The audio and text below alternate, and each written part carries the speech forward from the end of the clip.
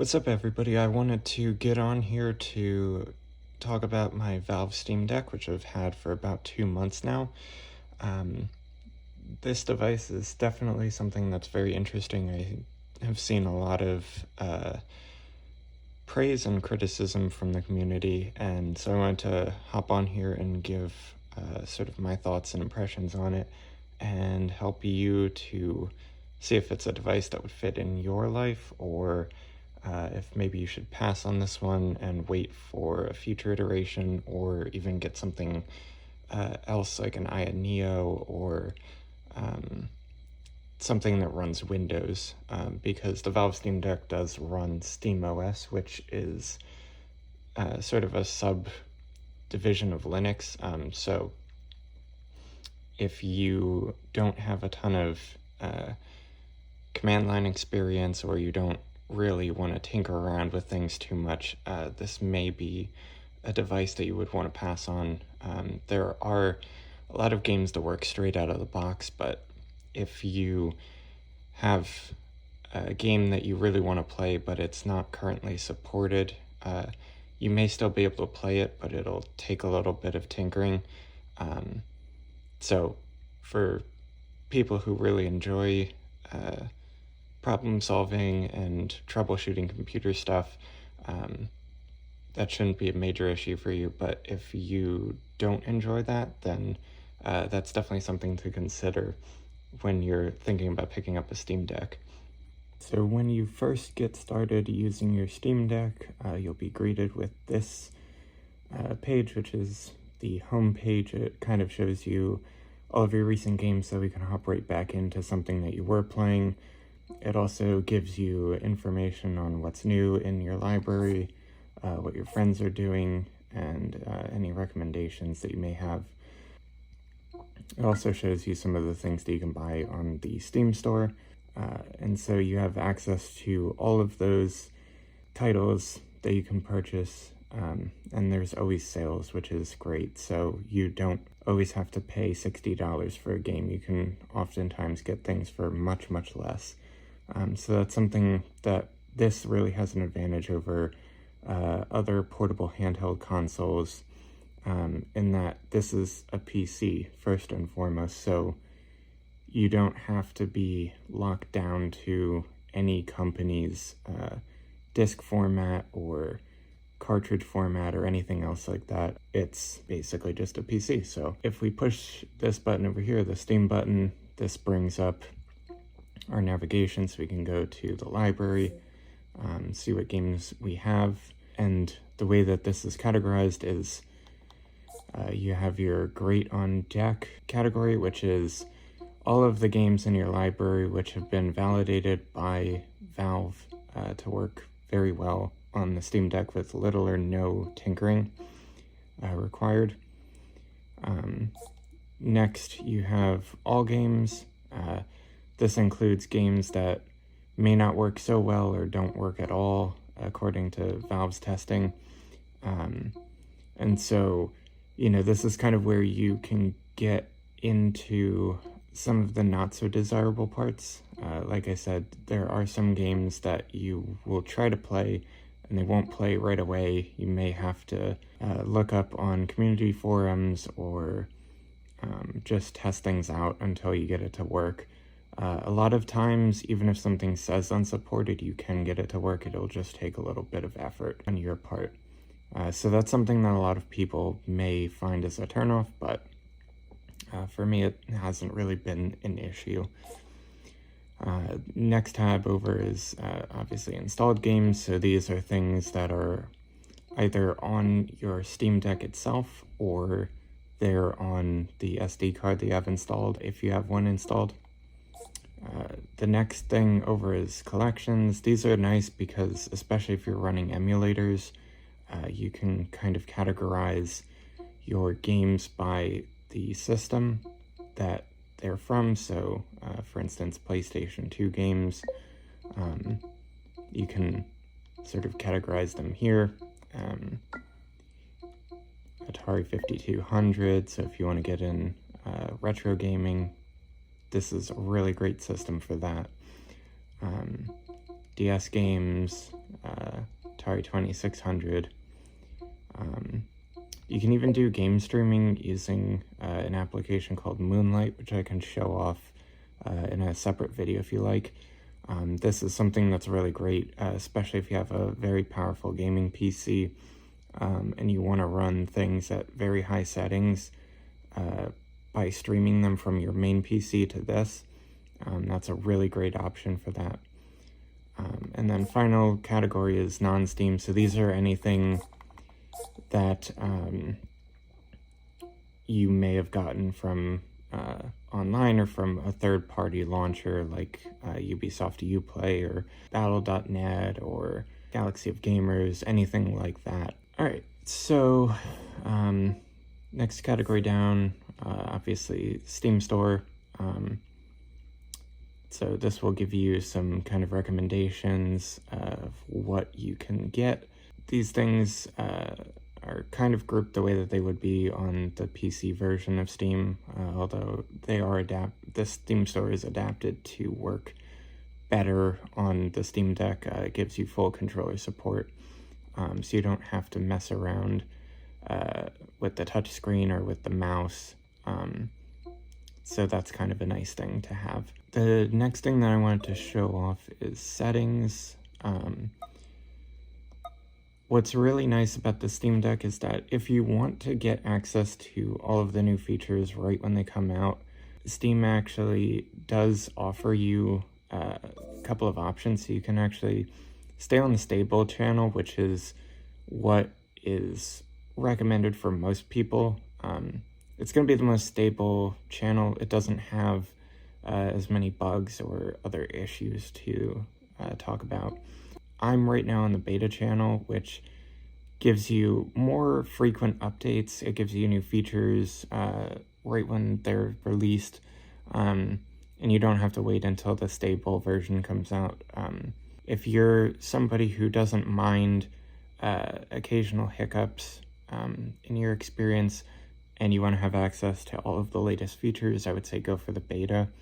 The preview channel is the most experimental. You're going to get a lot of updates very often, but there can be issues with using the preview channel that you wouldn't experience with either the beta or the stable channels, so I don't really recommend going for this option. Alright, so the next thing that I wanted to get into is sort of the storage for the Steam Deck. Obviously, this one is the Steam Deck 512 gigabyte model. When you get it, you're going to have about 465 gigabytes free for you to use. As you can see, I have a fair number of games installed, a lot of newer games that have fairly large size requirements, and I can easily fit a few of them on here. I also have some indie titles, different versions of Proton for being able to run more games better. But what's really nice about the Steam Deck as well is that you have the option to use a micro SD card. So you see here I have another 512 gigabyte SD card installed. 468 gigs are available in this one to start. So on this one I have a couple of really large games like Forza Horizon 5, Red Dead Redemption 2, and GTA 5, Cyberpunk. So you really can fit a lot of stuff on here. Obviously, if you want to have more games, you can grab more SD cards, and I will show later in this video a really great way to store those things with you and take them wherever you may go. Keep them organized because they are small, so you don't want to lose them. They are fairly expensive. Alright, so now I wanted to show a couple of games just to kind of give you an idea of how the Steam Deck performs. So I wanted to start off with a game that just came out not too long ago. This is Spider-Man Remastered.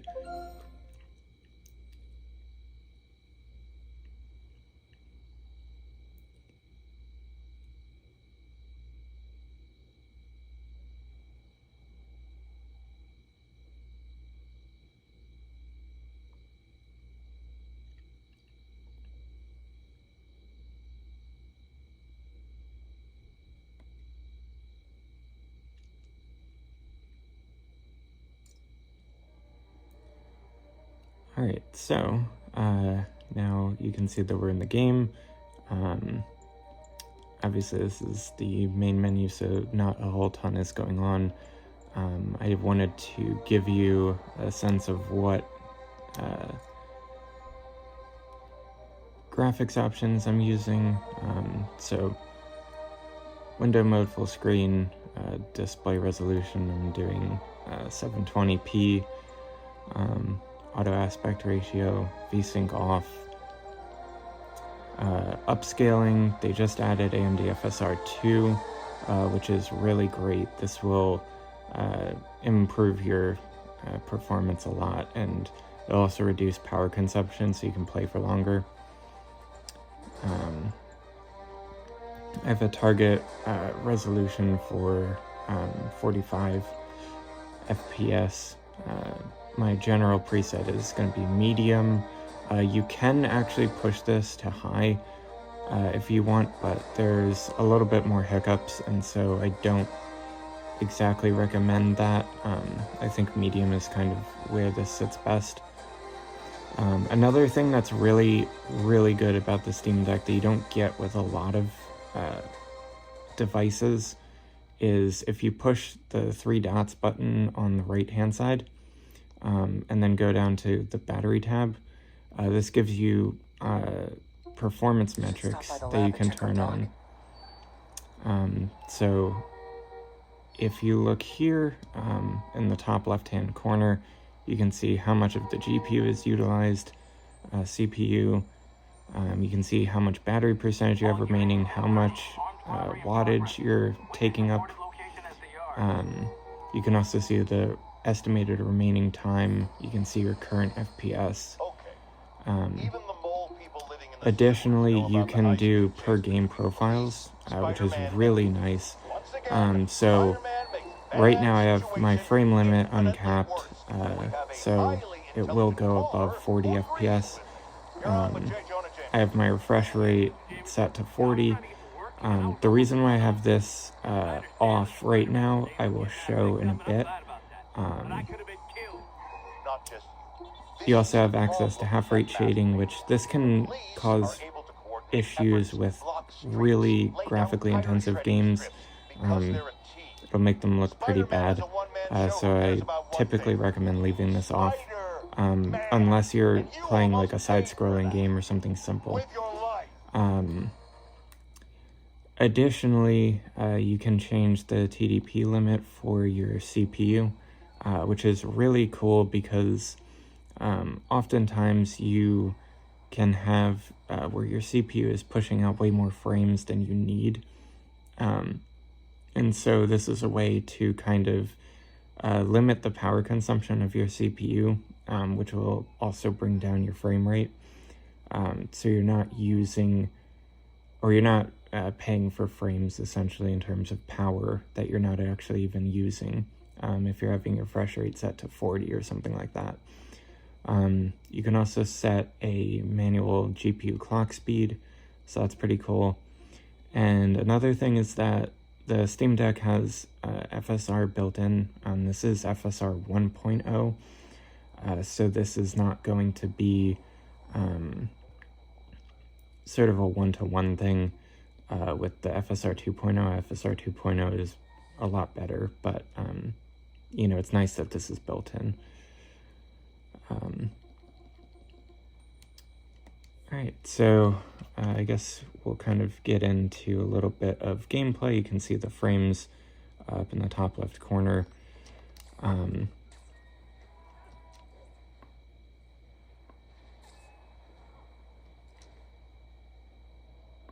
But as you can see, this is very playable.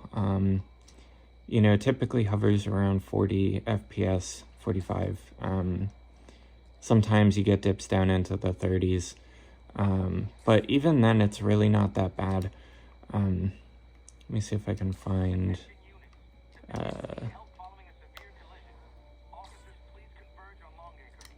some enemies to battle. Alright, so it looks like over here there's going to be something.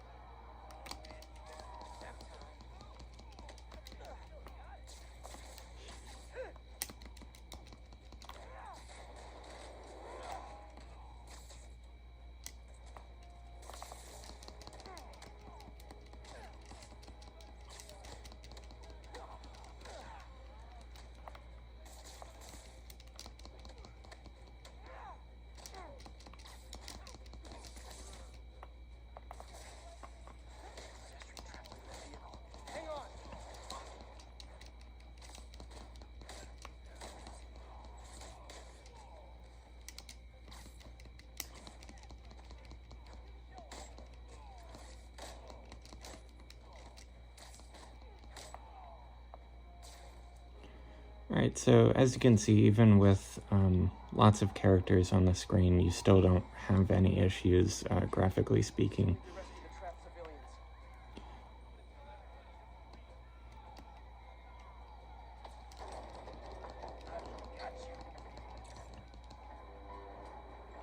And the other thing that's nice is that even though the Steam Deck's resolution on paper seems pretty low, it's only about 800p.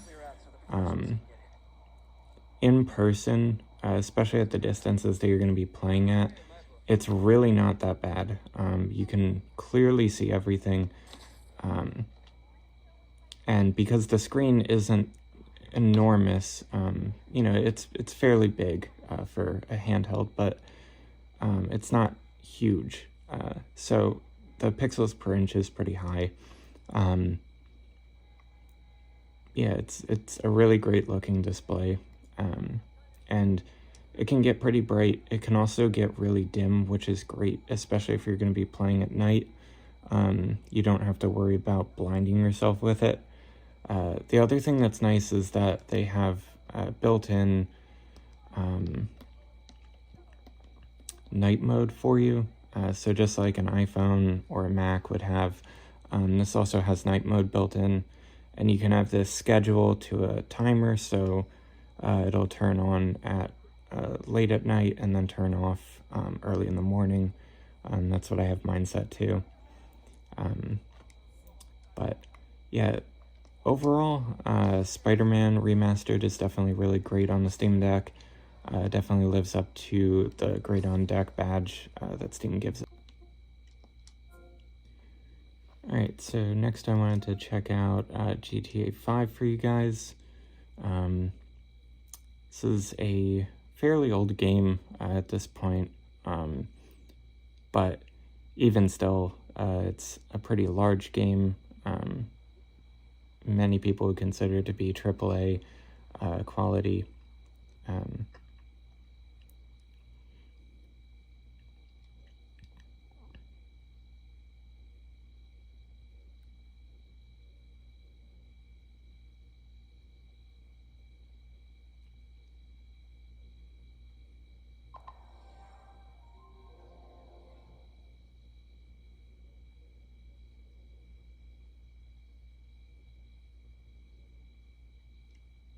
Alright, so right there you can kind of see some of the issues that you may have from time to time with the Steam Deck.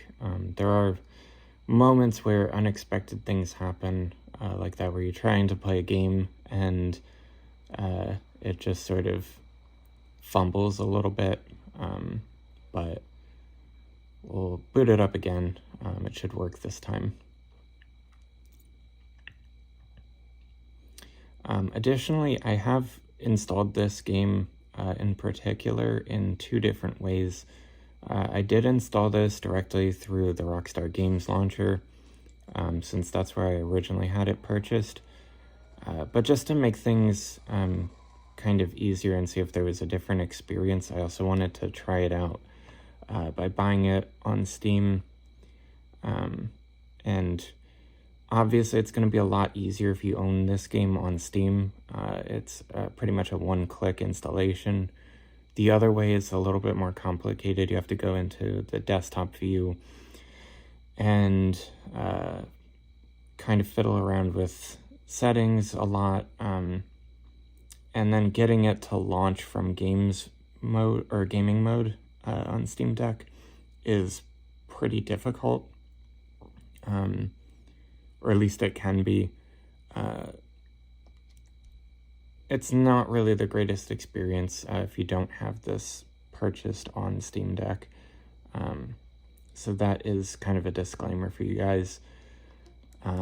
If you were thinking about playing GTA 5 on Steam Deck, I would definitely recommend buying it through Steam, because then you have sort of that integration. You don't have to go through as many hoops. Another one that I've done in both ways is Cyberpunk 2077. So I have actually downloaded Galaxy of Games and installed it that way. But right now I have it on Steam, and I installed it that way. It's a lot easier. And the nice thing is that you can actually put it on your external SD card way easier than you can if you were to do it manually with the Galaxy of Games or with the Rockstar Games launcher. A lot of the times if you try those routes, a lot of times you're going to be stuck basically with just the Steam Deck's internal storage, which obviously is not ideal. This game is over 100 gigabytes, and the Cyberpunk 2077, that game is 70-ish. So, they're not small games, so if you don't have a lot of storage on your Steam Deck, it's very difficult to get them to work on SD cards, if not impossible. So, I mean, it's possible, but it's very difficult. Alright, so here we are in GTA 5, just driving around a little bit. I have my frame rate set to 40 for the screen. Resolution is going to be 800p. If we take a look over here at settings, graphics,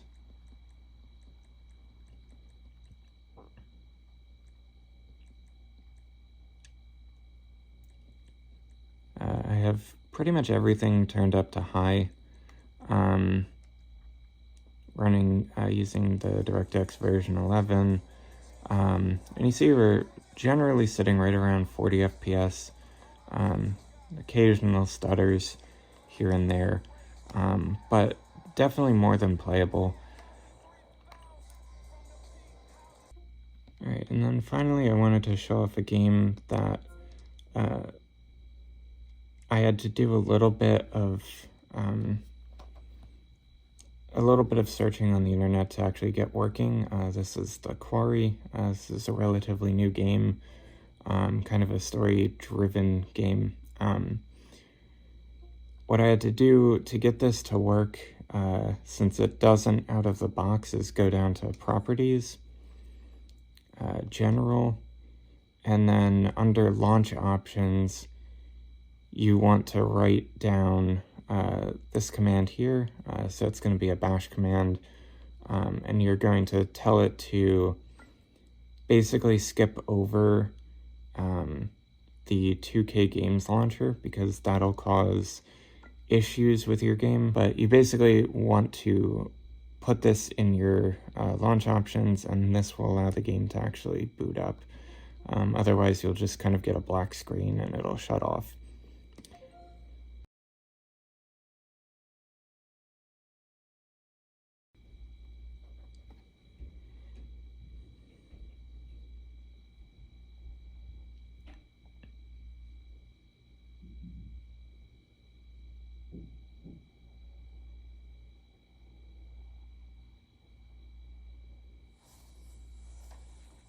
Alright, so as you can see, we're getting the sort of boot screen, and we're going to land at the main menu pretty soon.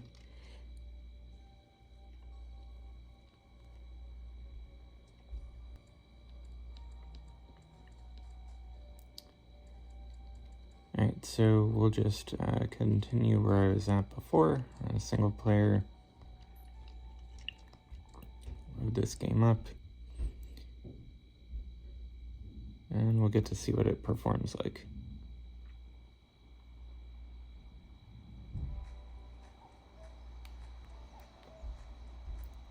This game is pretty dark, so we'll change screen brightness a little bit.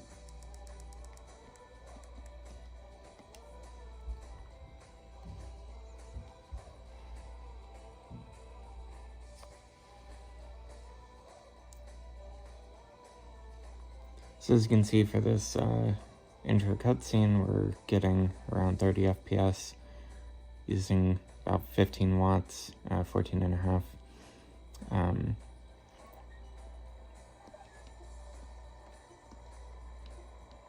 So I have a frame rate limit of 40 right now, refresh rate 40. I'm going to turn off half rate shading. To TDP power limit, it's going to stay where it is. If we turn that on, we start getting graphical issues. You know how many hearts are broken on the last day of summer camp? It's like a romance apocalypse. FSR is turned on, sharpness 3. And you never know. The universe has a kind of way of but as you can see, we're getting 30 FPS, pretty much solid. So you don't expect with this game to be getting much above 30. I do have pretty much everything turned to low or off. Running this at 720p. I have the limit of frame rate to 30. This is so that way we don't get any jumps above 30 and then it'll dip down way below 30. This keeps it pretty solid. But the quality preset is going to be low. Basically everything is just kind of default for that. But like I said, we get a pretty solid 30 FPS, even in sort of more intense scenes than this. But overall, it's a good experience. I think one of the things that the Steam Deck will really teach you is that you don't have to have the highest FPS in the world to enjoy your games. I know especially in the competitive PC world, if you don't have 144 FPS or more, people are generally unhappy. But I think with the Steam Deck, you can really get away with lower FPSs and just have a good experience. I mean, being able to play this game, which just came out not too long ago, in a handheld format with this level of quality, it's something that you wouldn't have necessarily thought you'd be able to do a couple of years ago, but here we are. So what are my thoughts and impressions of the Steam Deck after having owned it for about 3 months? I would say that this device is one of my favorite devices that I own right now. I do have a much more powerful gaming PC that I use in addition to this. But even still, I find myself grabbing for this quite often just because it's so much simpler. You don't have to really do a lot of setup. You basically can just pull it out of its case, turn it on, and get right into your games. It really is something that I think a lot of people can appreciate and really enjoy. The other thing that I love is that if you are playing a game,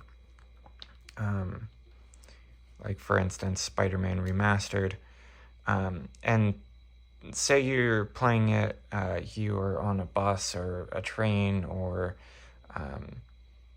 in the car or something like that, and you decide, okay, now I'm going to put this game down and, go do something else for a while. Maybe you want to take a hike or take a walk, maybe you have work or something else. What's really excellent about the Steam Deck is that you don't need to actually close down your game. So, as you can see right here, I just loaded up my last save game. So, you can just simply push the power button up here. The Steam Deck will turn off. And you can go about your business, do whatever it is that you have to do for the day. And then when you're done and you want to come back and play your game, just push the power button one more time. You'll get this prompt saying that the game will be resuming. And bam, right there. We are back into Spider-Man Remastered. And we didn't need to reload the game We didn't need to do anything special. We're just right back into the game right where we left off. And this works with pretty much every game that I've tried. I don't think there's been a game that this hasn't worked on. But it's a really great experience in a way that you can kind of facilitate a more active lifestyle.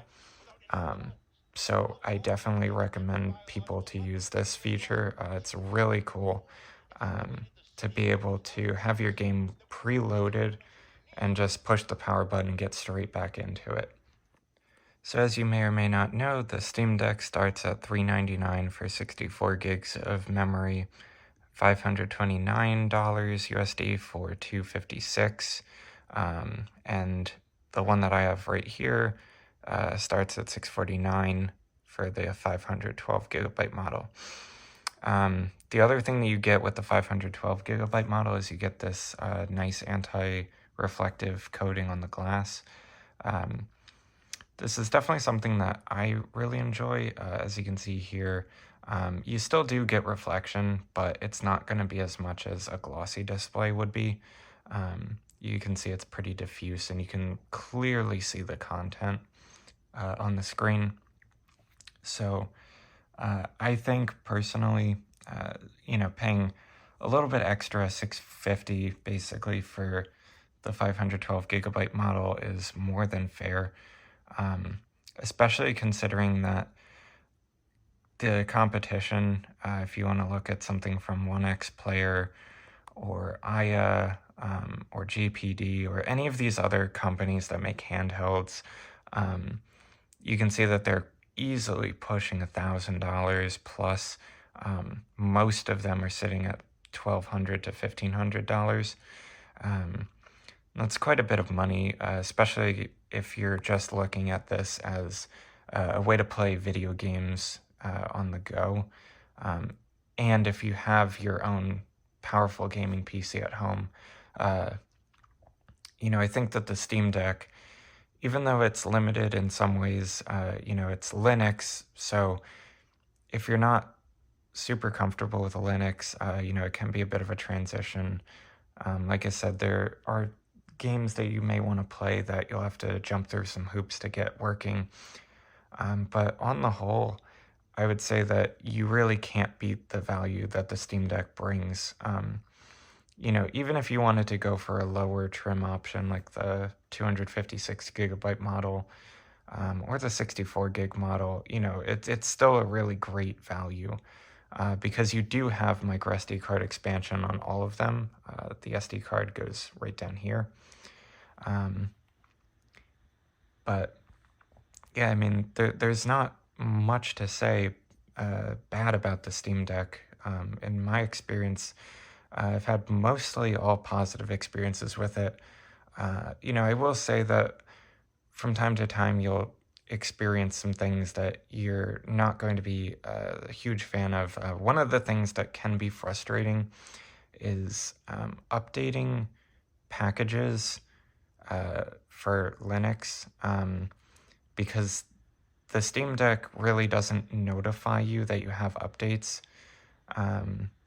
The only way that you'll actually see that you have updates is if you go into desktop view. So as you can see here, I haven't been to desktop view in a couple of days, and I already have a ton of updates to do. So I wish that there was a way that Valve could notify you in the gaming mode of updates in the desktop mode.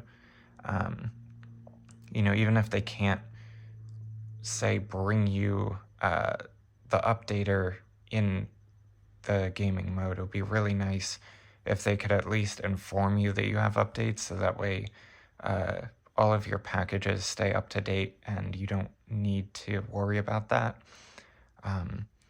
But honestly, any of the problems that I've been having are very minor, and they don't make me regret my purchase at all.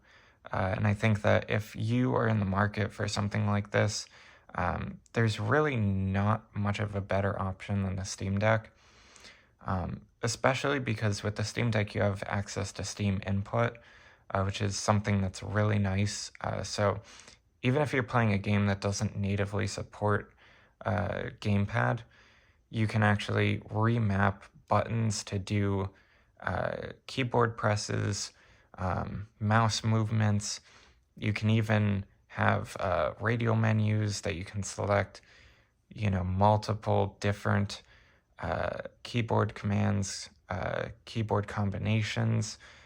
So you really can go as deep into this as you want to. There's a lot of customization, and so that's something that I really like about it. It is a PC first and foremost, so it's nice to have all of those customizations at your fingertips. Like I said, I think, the value proposition for this is pretty high. You get to play all of your games wherever you go, pretty much, as long as they don't require an internet connection. And even if they do, you can use a personal hotspot or something like that to get around those requirements. But yeah, I mean, overall, I would say that the Steam Deck is a really great value. You get a lot for your money.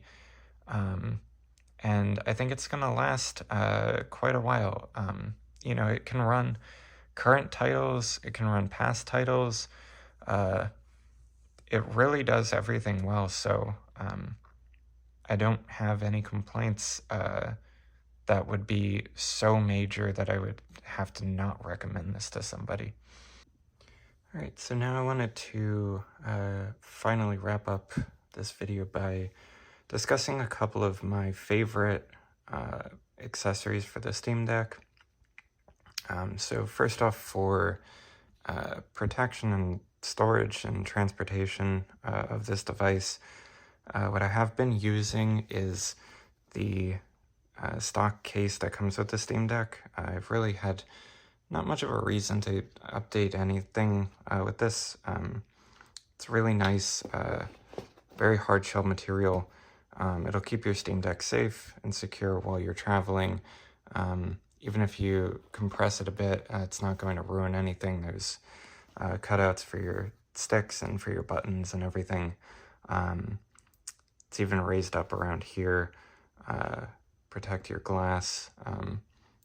Really nothing to complain about here. It looks nice.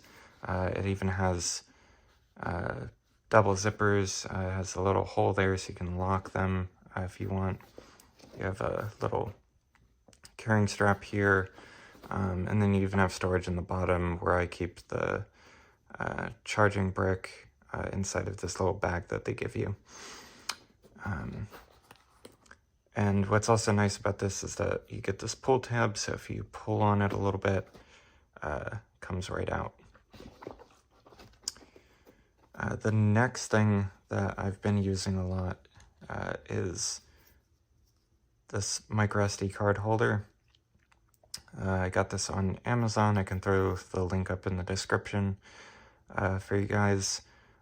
This was not very expensive, I think about $8.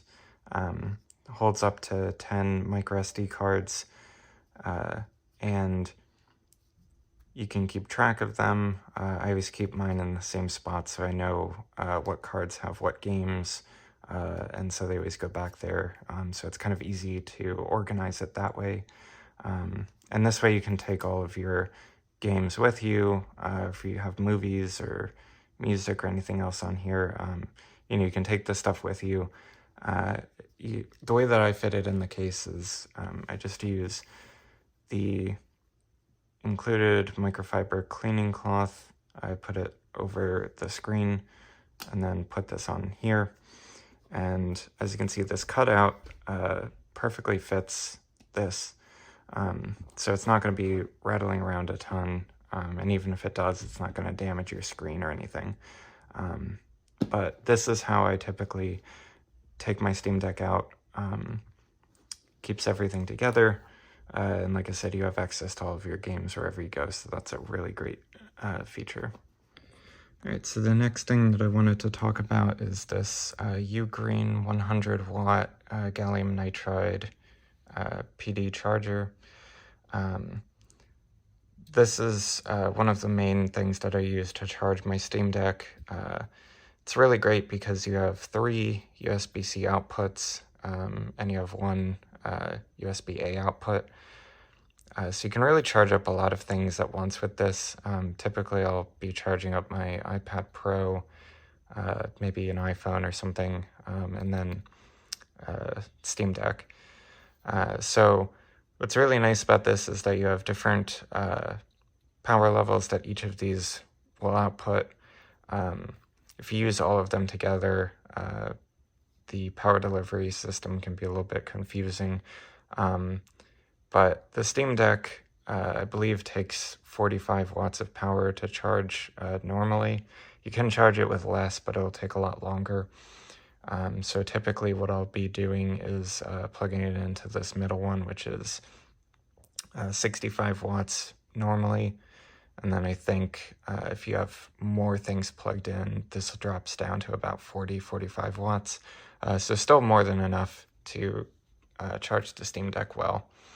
So I'll throw the link to this in the description. But this is something that I've been using for quite a while. I've even used it with my 2021 MacBook Pro 16-inch, and it charges that pretty well. All right, so the final piece of technology that I wanted to go over as an accessory for the Steam Deck is this right here. This is the nreal Air. Unfortunately for those of us in the United States like myself, we can't actually buy these in the store or on Amazon or anything like that. These are only sold, to my knowledge, in the UK and in Japan. But this is a really cool device. Looks like a pair of sunglasses, but it has a USB-C cable. This is a DisplayPort alt mode capable cable. And what's really nice is that the Steam Deck supports DisplayPort alt mode over USB-C.